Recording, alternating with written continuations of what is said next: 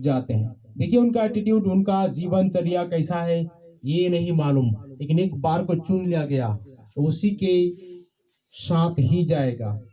न्याय अंतिम दिन में उसका करेगा, ये तो बात अलग है।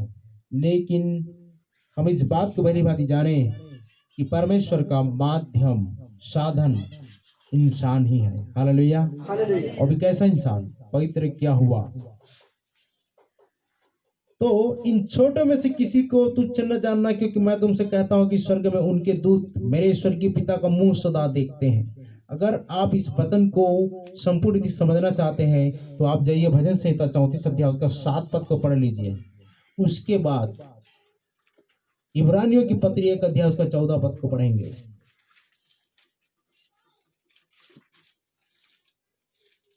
यहोवा के डरवैयों के यहोवा के डरवैयों के चारों ओर उसका दूत छावनी किए हुए, परमेश्वर का दूत छावनी की हुए उनको बचाता है, उनको बचाता है। आमीन, आमीन, हालेलुया, हालेलुया। जितने उद्धार पाए हुए लोग हैं, जितने प्रभु को पाए हुए लोग हैं, जितने मसीही विश्वासी हैं और वचन का पालन कर रहे हैं, उन सब के साथ क्या भेजा गया है? स्वर्गदूत भेजे गए हैं। तभी यहां पर बोला गया है कि स्वर्ग में उनके दूत मेरे स्वर्गीय पिता का मुंह सदा देखते हैं। और यहां हम पढ़ रहे थे भजन 34 का 7 में, तो लिखा है यहोवा के डरवैयों के चारों ओर। Hallelujah, hallelujah. आप वहां पर अपनी शक्ति को कम आंकते हैं, ये आपकी कमजोरी है। जबकि यहां पर कह दिया है कि यहोवा के डरवैयों के चारों ओर। हालेलुया। चारों ओर का मतलब क्या होता है? आगे भी, पीछे भी, दाएं और बाएं भी। हालेलुया।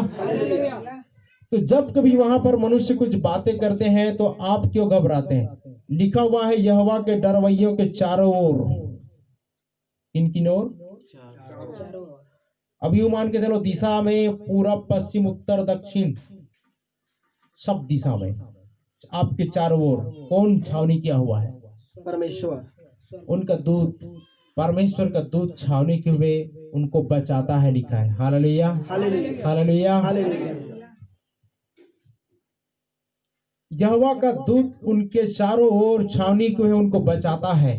तभी यहाँ पर लिखा हुआ है कि मेरे स्वर्गीय पिता का मुंह सदा देखते हैं। और आगे पढ़िए।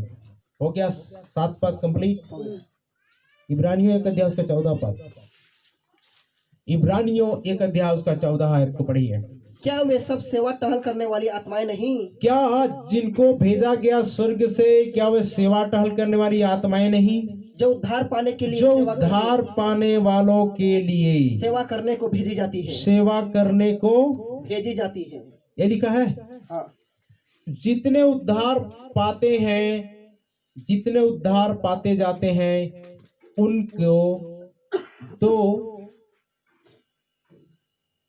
सहायक, कुल मिलाकर यहां पता चलता है कि 2 दूत या सहायक उनकी सहायता के लिए, उनकी सेवा टहल के लिए भेजी जाती है। सेवा टहल करने वाली आत्माएं उद्धार पाने वालों के निमित्त भेजी जाती हैं। जैसे आप उद्धार पाए, इससे पहले तो दुष्ट आत्माएं घूमती फिरती रहेंगी आपके आजू बाजू चारों ओर, है ना। लेकिन पवित्र आत्मा कंट्रोल में जैसे आए, प्रभु को अपना जीवन समर्पित किए, तब से परमेश्वर का स्वर्गदूत,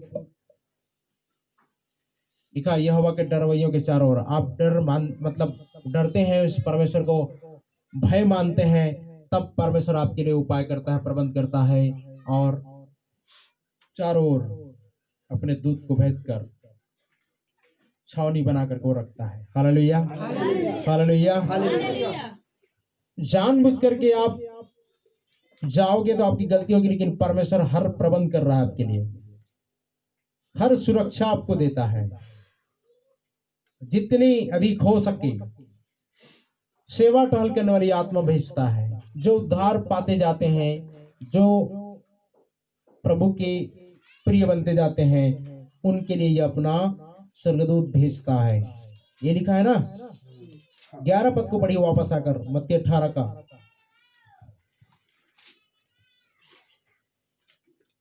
11 पद को पढ़िए। क्योंकि मनुष्य का पुत्र क्योंकि मनुष्य का पुत्र खोए हुए को बचाने आया है। हालेलुया। हालेलुया। अभी तक आपने किसी के बारे में ऐसा सुना कि किसी ने कहा हो कि वह खोए हुए को बचाने आया है? सभी ने कहा हम पापियों का सर्वनाश करने आए हैं। खोए हुए को बचाने ढूंढने नहीं आए, परंतु और लात मारने आए। इसीलिए यीशु मसीह ने कड़े शब्दों में कह दिया, जितने मुझसे पहले आए सब चोर और डाकू हैं, लेकिन मैं इसलिए आया ताकि तुम जीवन पाओ और बहुतायत का जीवन पाओ। हालेलुया। हालेलुया। मनुष्य का पुत्र खोए हुए को बचाने आया है।